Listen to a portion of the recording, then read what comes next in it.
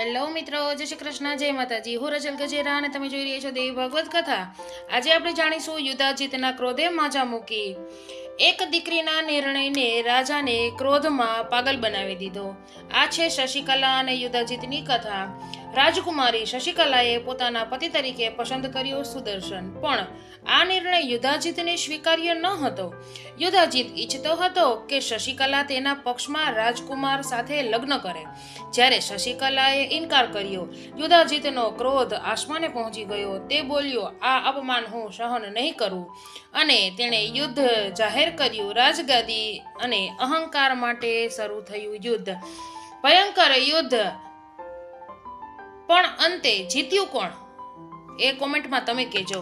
જબરદસ્તીથી લીધેલા નિર્ણય ક્યારેય સફળ થતા નથી. આવી જ સાચી કથાઓ માટે વિડીયોને લાઈક કરો, શેર કરો, ચેનલને સબસ્ક્રાઇબ કરો અને કમેન્ટમાં જય માતાજી લખવાનું ભૂલશો નહીં.